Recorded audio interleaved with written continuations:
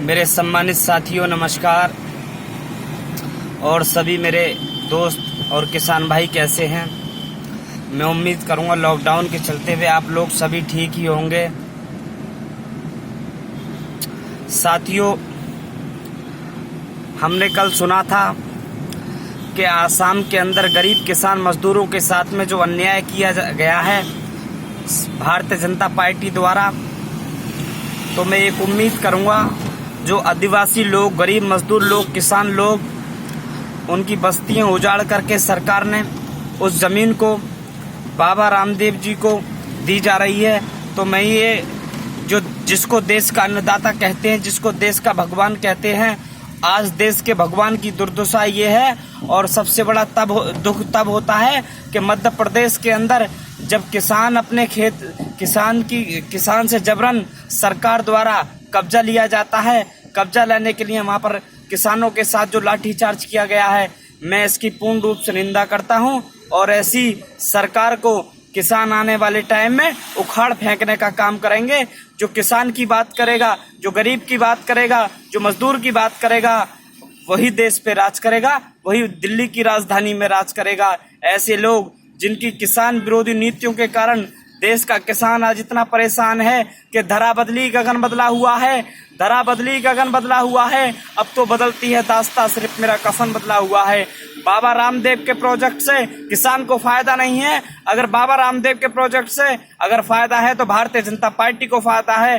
बाबा रामदेव की किसी भी प्रोजेक्ट से या बाबा रामदेव की किसी भी दवाई से अगर वहां कंपनी बनाई जाएगी, आदिवासियों की जमीन उजाड़ करके अगर कंपनी बनाई जाएगी, तो मैं ये कहना चाहता हूं, अगर फायदा पहुंचेगा तो उद्योगपतियों को पहुंचेगा, फायदा पहुंचेगा तो भारत की सरकार को पहुंचेगा। किसान को क्या फायदा पहुंचेगा? किसान को तब फायदा पहुंचेगा जब किसानों का संपूर्ण कर्ज माफ किया जाएगा। किसानों का जब फायदा होगा जब किसान आयोग का गठन कर किसान आयोग का जो अध्यक्ष होगा वो भी किसान होगा। और मैं ये कहना चाहता हूं, किसानों का कर्ज माफ करिए, किसान आयोग की जो गठन है उसको किया जाए और स्वामीनाथन आयोग की सिफारिश लागू करिए। स्वामीनाथन आयोग का मतलब होता है आपसे पहले गेहूं क्या रेट था और आज सोना क्या रेट है। सोने का रेट देख लीजिए और गेहूं का और धान का रेट देख लीजिए। आज किसान बर्बादी के कगार पर है, गन्ने का मूल्य नहीं मिल पाता। और जब हम हाईवे पे जाते हैं, जिसको हम अपनी धरती माँ कहते हैं, हमने सरकार द्वारा बड़े बड़े हाईवे बना दिए जाते हैं। हम आपके हाईवे पे चढ़ना नहीं चाहते, आपके हाईवे पे चलना नहीं चाहते। अगर आप कहते हो अगर किसान टोल दे करके उस हाईवे पे जाएगा, किसान की जमीन में टोल बना और तब भी किसान टोल दे करके जाता है। सबसे दुर्भाग्यपूर्ण बात है ये। और सबसे पहली चीज, आज मेरा आपसे बात करने का क्यों मन है सोशल मीडिया द्वारा? मन यूं है क्योंकि सबसे बड़ा दुख ये हुआ उनके साथ जो आसाम में कर रही है भारतीय जनता पार्टी। सही बताता हूं, आने वाले 2024 के चुनाव में भारत सरकार को भारत का किसान उखाड़ने का काम करेगा। और जो अन्याय हुआ है भारतीय किसान यूनियन भानु, जो उन आदिवासियों के साथ अन्याय हो रहा है, भारतीय किसान यूनियन भानु का एक पदाधिकारी उनके साथ रहेगा।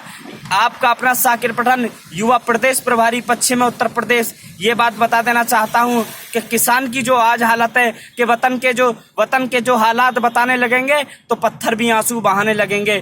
किसानों अब ना घबराओ, खुदा की शान बाकी है, अभी गीता भी जिंदी है और अभी कुरान बाकी है। मुखालिफ क्या समझते हैं जो अपने दिल में हंसते हैं, अभी तो दिल्ली की सरजमी पे जंग का मैदान बाकी है।